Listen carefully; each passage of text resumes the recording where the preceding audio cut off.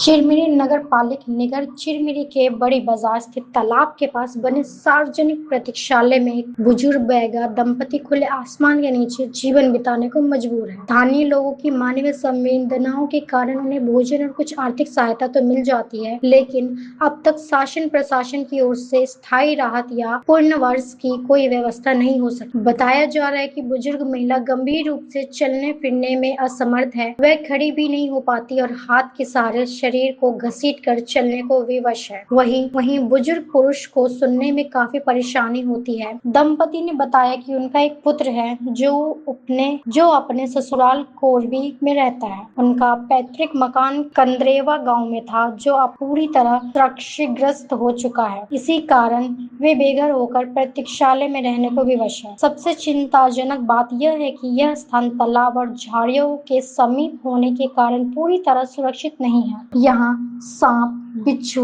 और अन्य जंगली जीवों का खतरा हमेशा बना रहता है। बारिश के मौसम में स्थिति और भी गंभीर हो जाती है। गौरतलब है कि बड़ी बाजार में ही पुलिस थाना और तहसील कार्यालय, इसके बावजूद अब तक किसी जनप्रतिनिधि या संबंधित अधिकारी द्वारा मौके पर पहुंचकर दंपति की स्थिति का जायजा लेने या उन्हें सरकारी योजना का लाभ दिलाने की पहल नहीं किए जाने से कई सवाल खड़े हो रहे हैं। बैगा समुदाय विशेष पिछड़ी जनजाति की श्रेणी में आता है, जिसके लिए केंद्र और राज्य सरकार द्वारा अनेक कल्याणकारी योजना संचालित की जाती है। ऐसे में सबसे बड़ा प्रश्न यह है कि आखिर इन योजनाओं का लाभ इस जरूरतमंद बुजुर्ग बैगा दंपति तक अब तक क्यों नहीं पहुंच पाया। अब देखना यह होगा कि शासन प्रशासन इस संवेदनशील मामले में कब संज्ञान लेता है और इस बुजुर्ग बैगा दंपति को सुरक्षित आवास, उपचार तथा अन्य आवश्यक सरकारी सुविधाएं उपलब्ध करा पाता है या नहीं।